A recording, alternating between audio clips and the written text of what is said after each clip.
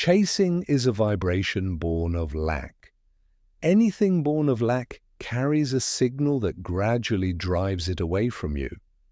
Have you ever felt that the more you long for something, the more it eludes you? The more you wait for a message, the less it arrives. The more you long for others to see and understand you, the more you feel forgotten. This does not happen because you are not worthy, nor is it due to cruel fate.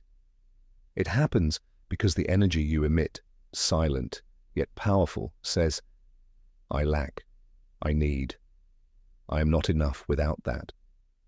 Even if you smile, stay calm, or try to appear okay, your energy field is always more honest than your words, and it creates a corresponding response in reality.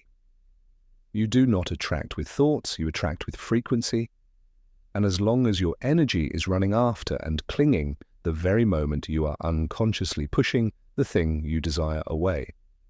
This is not a story of desire. It is a story of vibration. Only when you stop seeking, stop controlling, and stop asserting that you are lacking, do you return to the center where you no longer need to attract, but begin to shine. Number 1, theory of consciousness and vibration. Some vibrations need not be heard, yet they change an entire room. A person enters without saying anything, without doing anything special, yet all eyes turn to them. Conversely, there are people who, even at their best effort, make others feel heavy or sense that something is off. This is not found in words. This is the energy field, and the energy field never lies. Jung did not call it vibrating energy in the modern spiritual sense, but he understood deeply that consciousness, both conscious and unconscious, is the living magnetic field.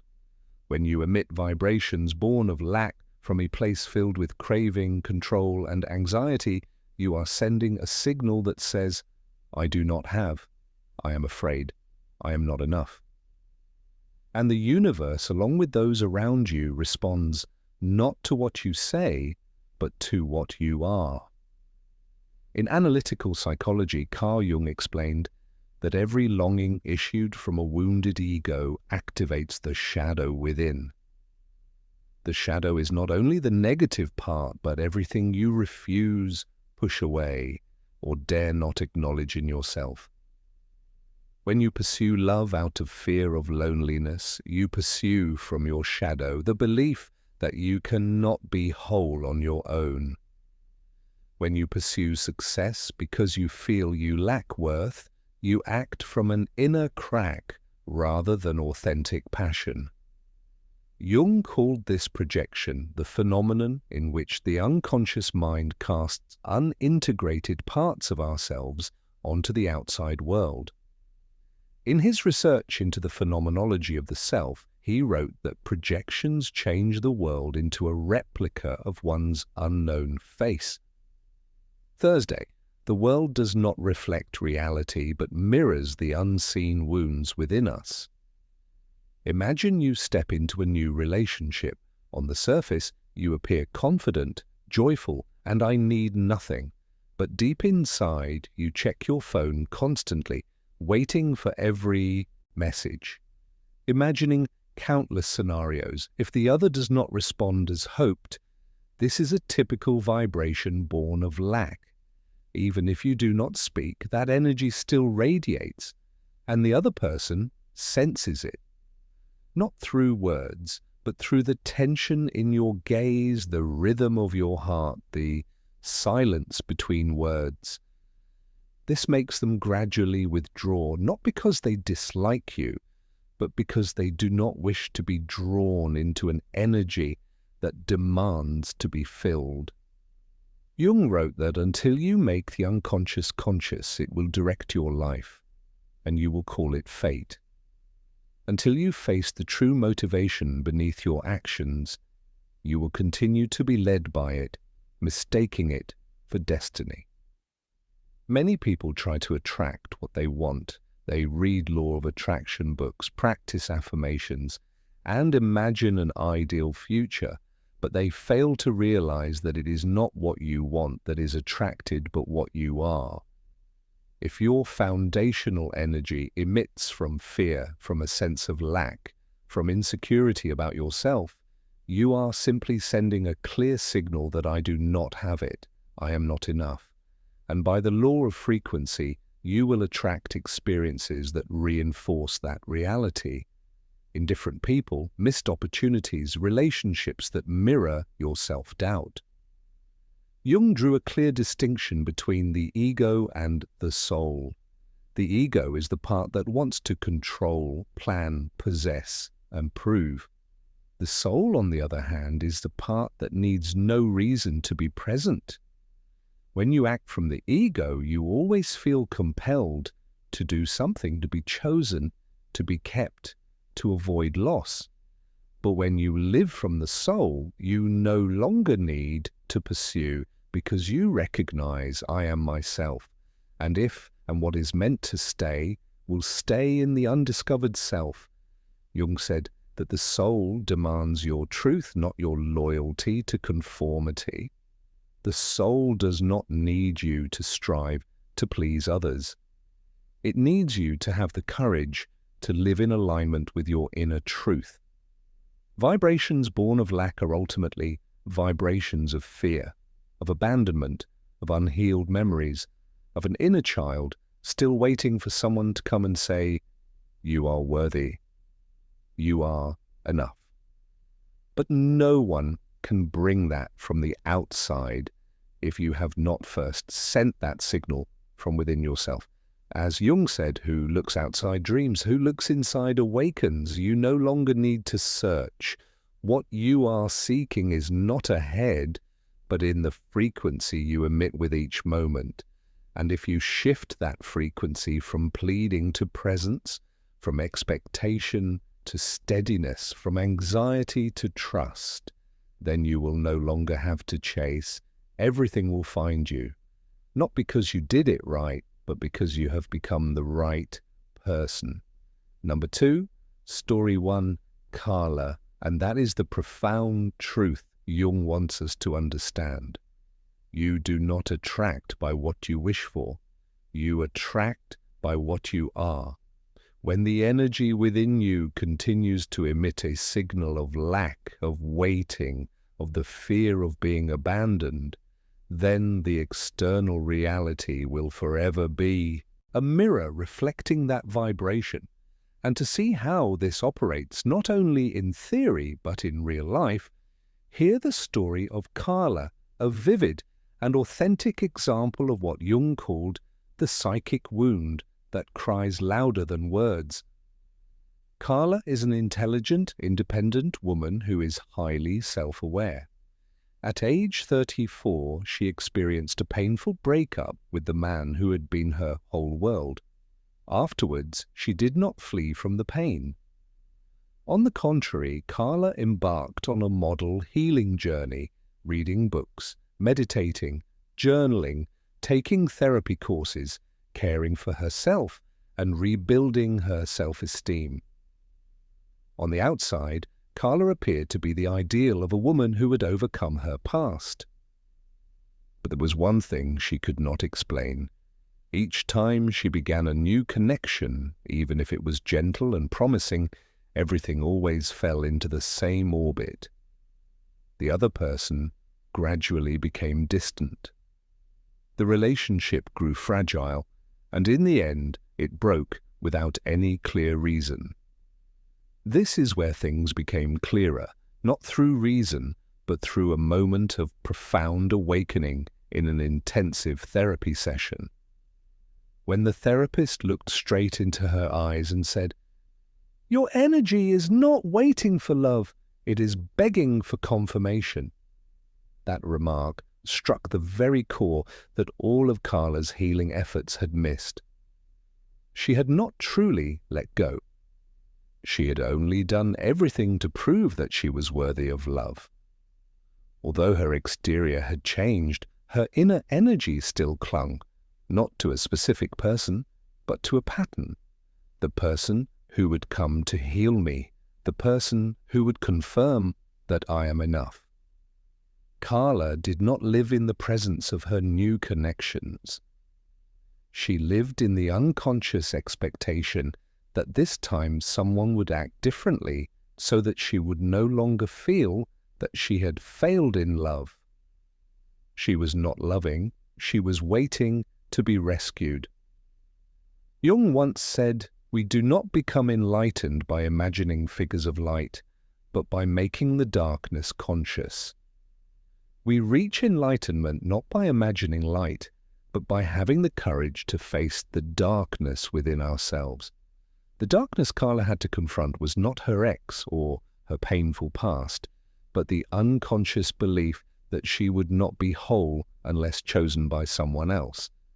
That explains why all her positive healing actions were still guided by a begging energy.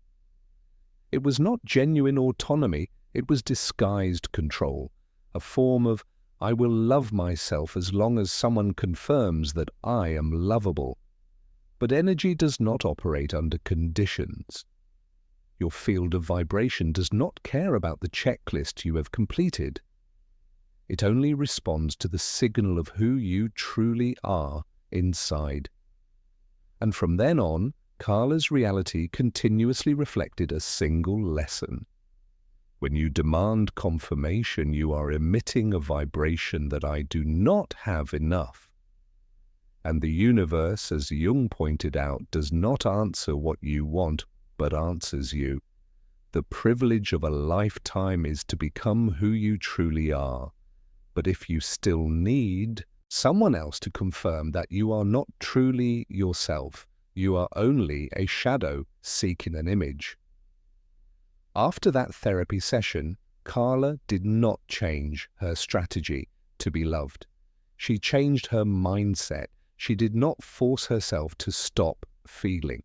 She began to observe her impulses when meeting someone new. Each time she sensed herself expecting too early, she did not blame herself but asked, "Am I loving this person, or am I waiting for them to confirm that I am enough?" And this self-awareness was the turning point of her vibration, not loving less, not moving slower, but loving from a place of fullness. From then on, her energy no longer sent a begging signal. She was no longer on the frequency of "choose me so that I can be me."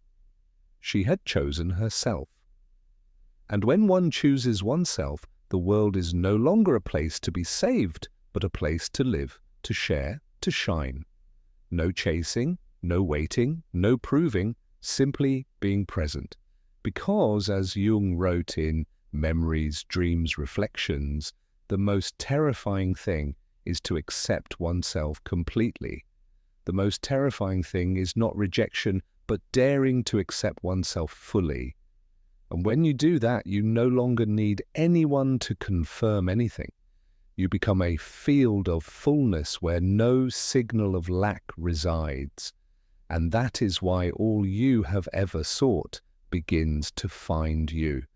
Number 3, mechanism of the inner world and Jung's analysis. When Carla stopped demanding confirmation from the outside, she not only transformed her way of loving, but also entered a deeper phase. She confronted the inner mechanism truly governing her life.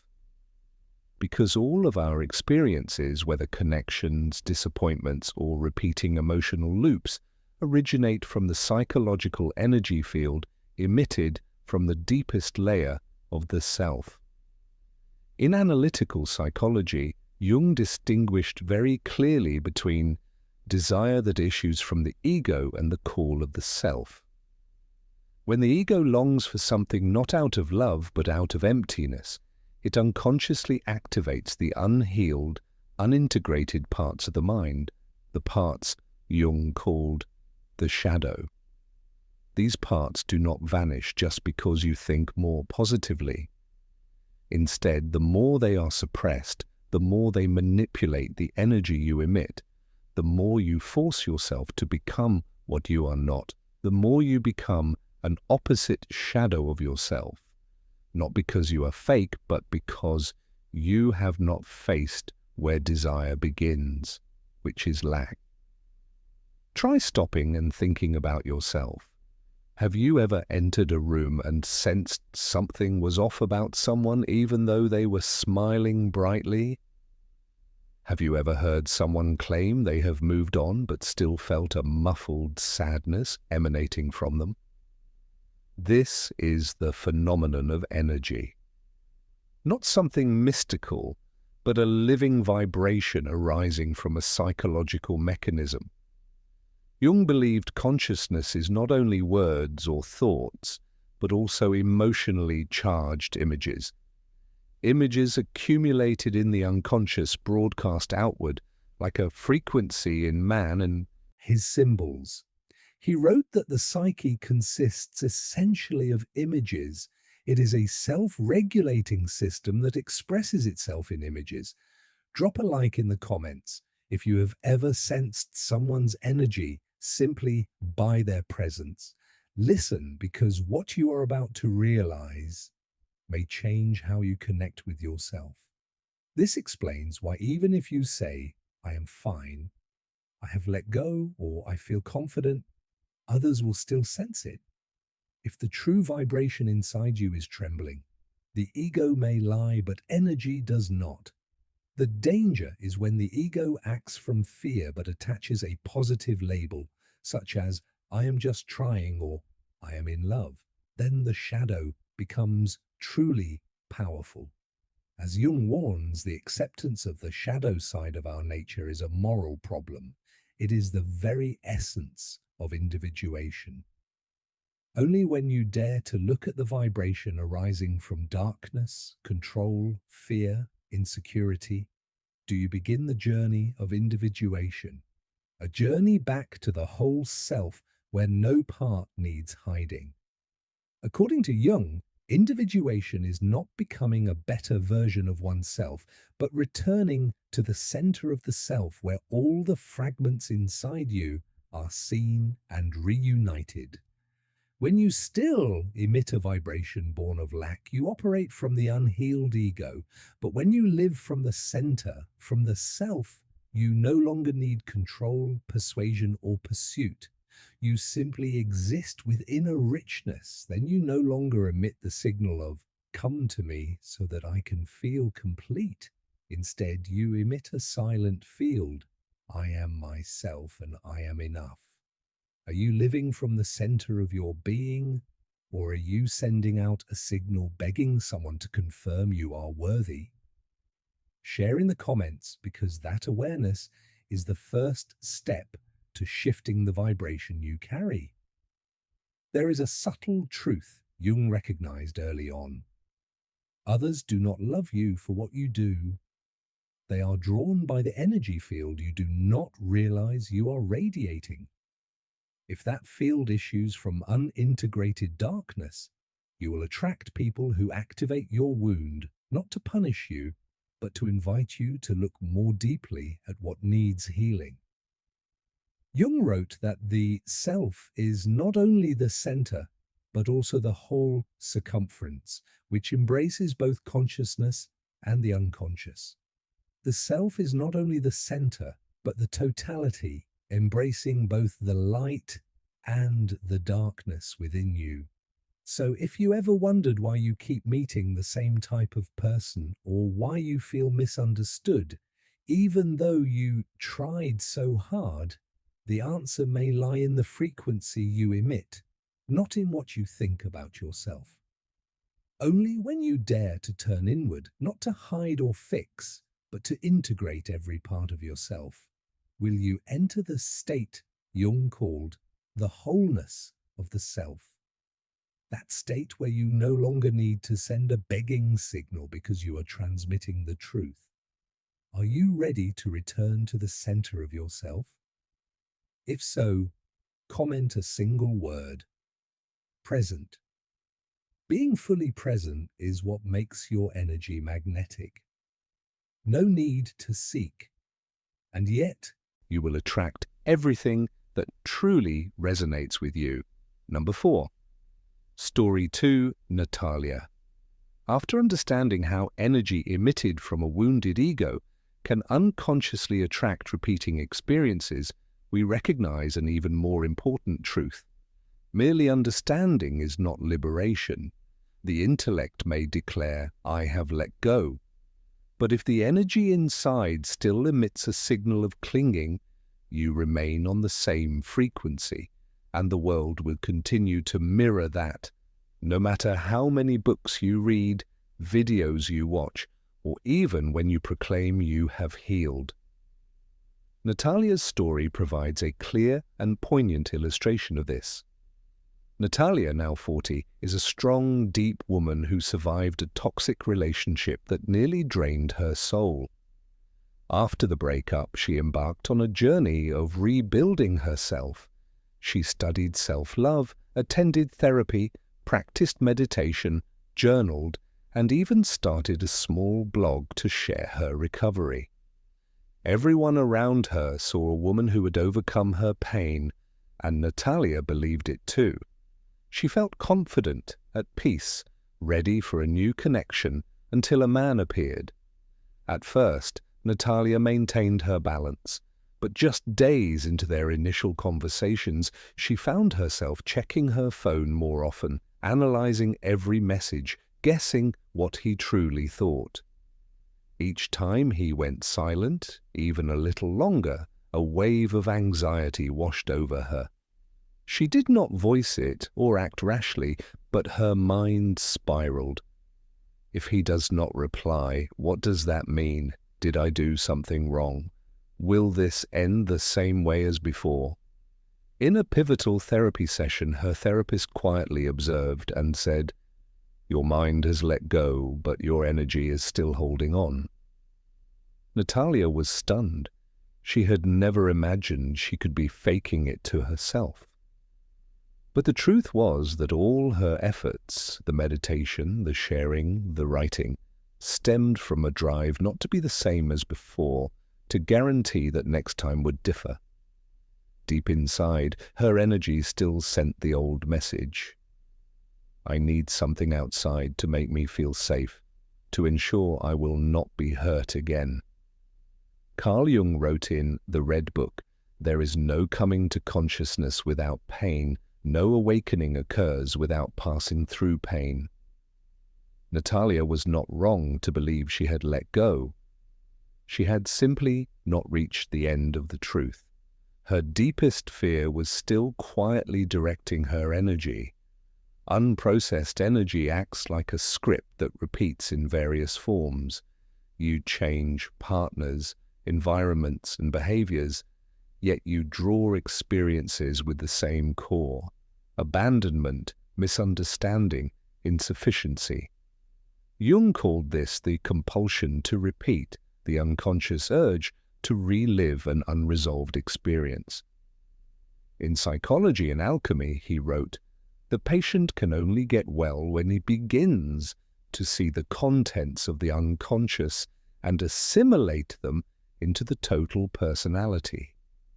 Healing only happens when you dare to face the unconscious contents and integrate them into your whole being. The fact is, your vibration always speaks before your words. Others do not withdraw because you lack something specifically, but because they unconsciously sense an energy field demanding to be filled. They feel a burden you may not even recognize that you carry. Natalia did not utter a single plea, yet her energy field issued a clear request: "Give me certainty. Ensure I will not be hurt again." When that energy emerges, love cannot flow freely. It becomes distorted, burdened with a responsibility to heal that no one but you can bear. If you find yourself wondering, why do I keep attracting the same type of person? Perhaps it is time to stop questioning the outside world and instead listen to yourself. Ask, what am I emitting that I dare not admit? Connection cannot grow on the foundation of energy bent by fear. The more you seek safety in others, the further you drift from your center. And the world, as Jung said, does not respond to what you want, but to what you are. Until you change that frequency, you will star in the same drama under a different title. The good news is that the moment you begin to recognize this, as Natalia did, you have already started to shift your vibration. That alone, without anyone's confirmation, is enough to transform your entire story. Number 5. The difference between control and surrender. Imagine a moment you sigh looking at your phone and think, "I will not text anymore. I am fine." Minutes later, you secretly unlock your phone, waiting for a message or a sign that something proves you are still cared for. On the surface, you tell yourself you are letting go, but inside, your entire nervous system is on high alert.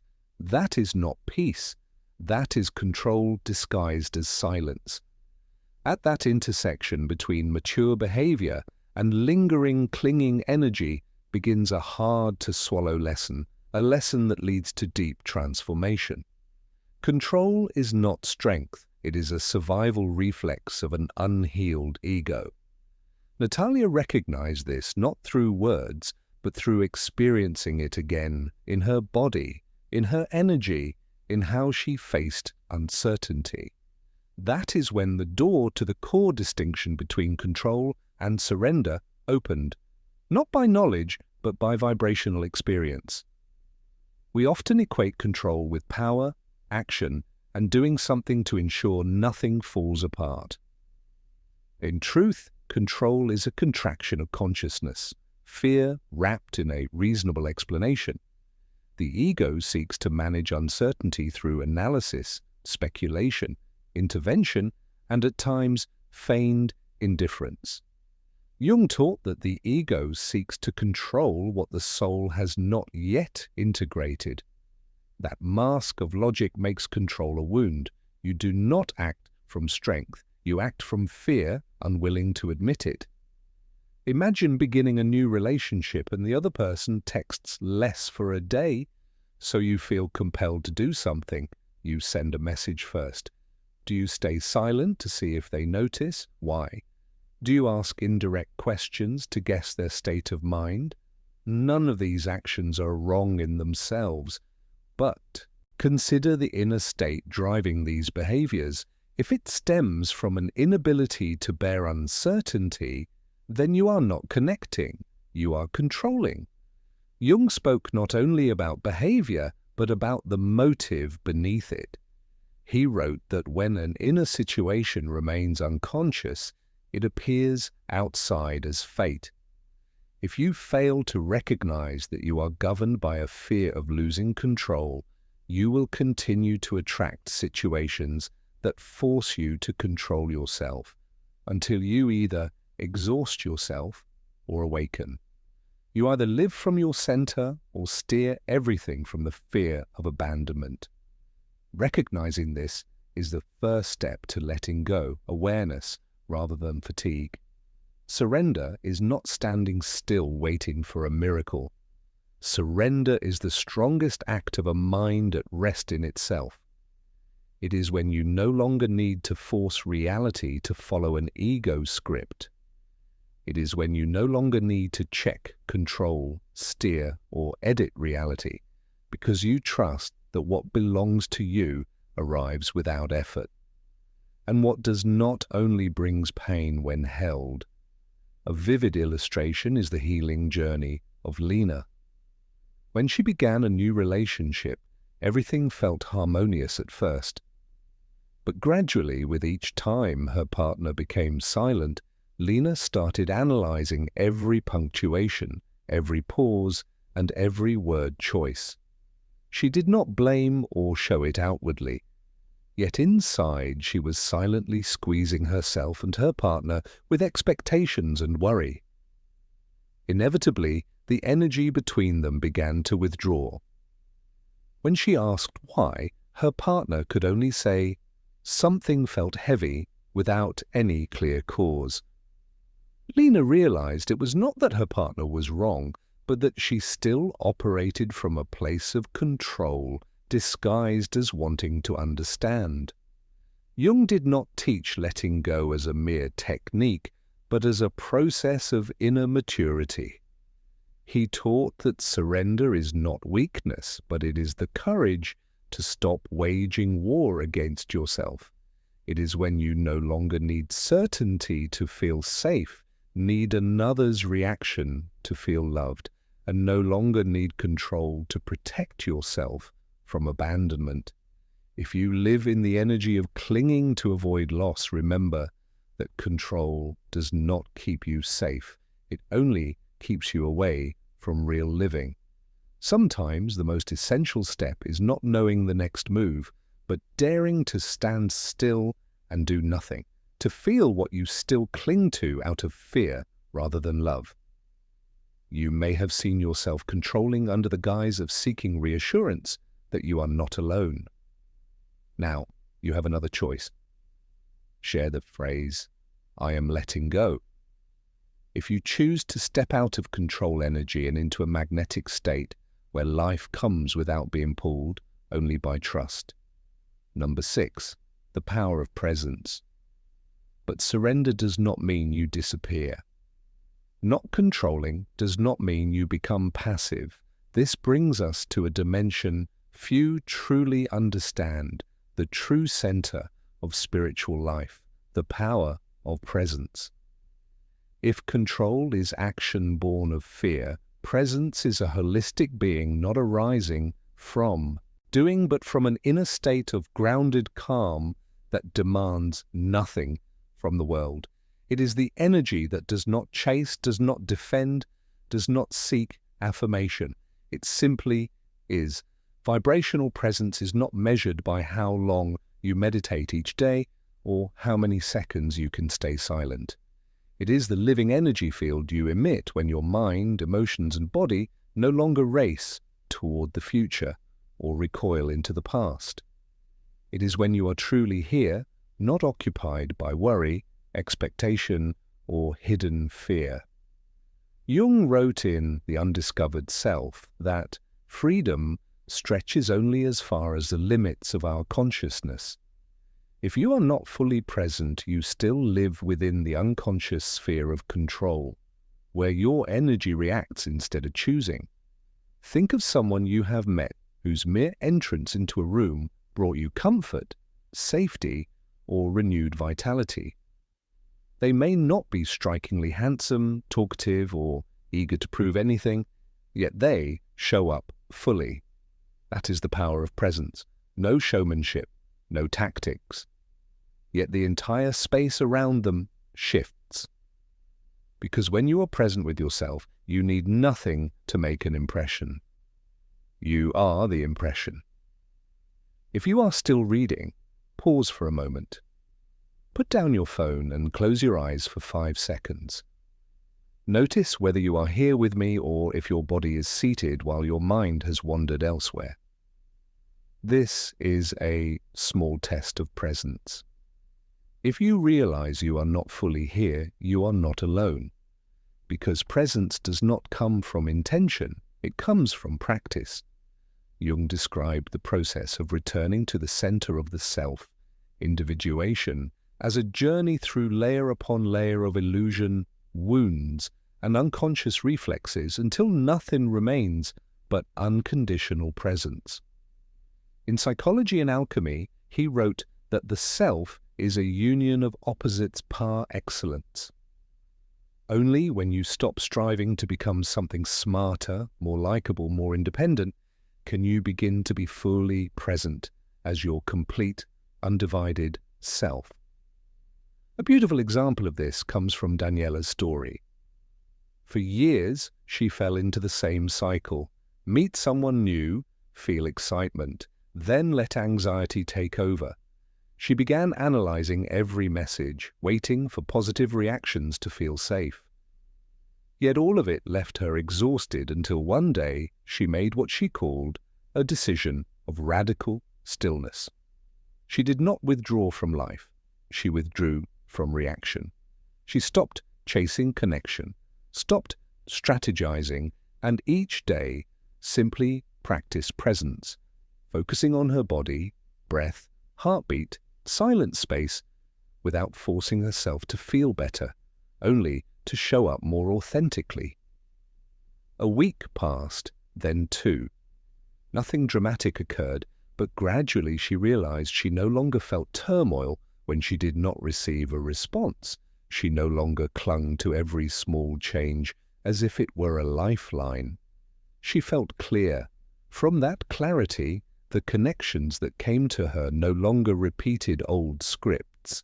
No tension, no struggle, because she was no longer attracted by lack, but by a magnetic field of grounded presence.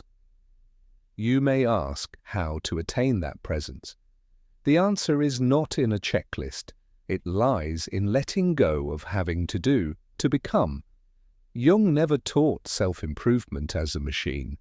He invited us to live fully as the self that already exists. He wrote that the privilege of a lifetime is to become who you truly are, and that becoming does not come from chasing something new, but from pausing long enough to realize you have always been here. Just be present. If this resonates, leave a single word in the comments: present. Not as a YouTube habit, but as a reminder that you once forgot yourself somewhere and are now returning. No more chasing, no more controlling, just presence. From there, everything begins to shift, not because of what you do, but because at last you have truly become yourself.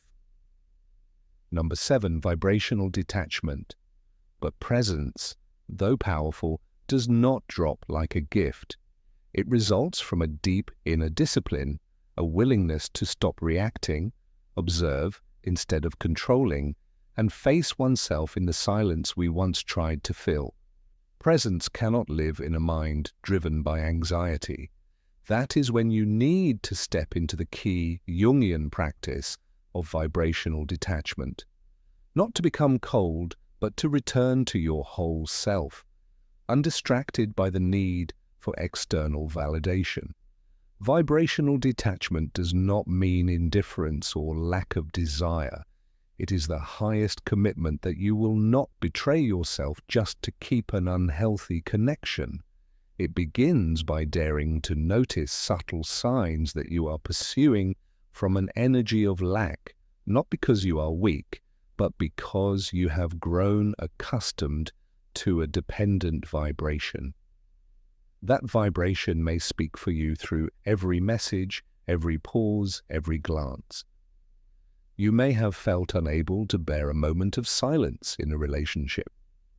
Each minute, without a reply, sending your mind into chaos, your imagination racing, and your hand itching to act, to write something, ask a question, or check the other person's status.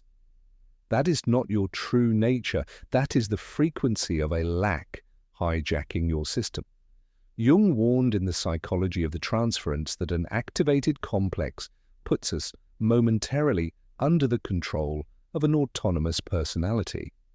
It means our unhealed wound takes over our actions while we believe we are reacting reasonably, though we are manipulated from within. Or you may find you cannot stand not knowing what the other person thinks or feels. You constantly need confirmation signs or repeated assurances to feel safe. But that need does not arise from the present. It arises from a hidden anxiety that has lived in you for a long time. If you find yourself easily triggered, unable to wait, always needing explanations to steady your emotions, then you are likely not loving, but communicating through the vibration of lack. And the world senses it as a cry for help. Even if you never speak a word, the way out of this invisible cycle lies not in more action, but in learning to stop at the moment the impulse arises. The moment you want to send an unnecessary message, the moment you feel compelled to do something to hold the connection.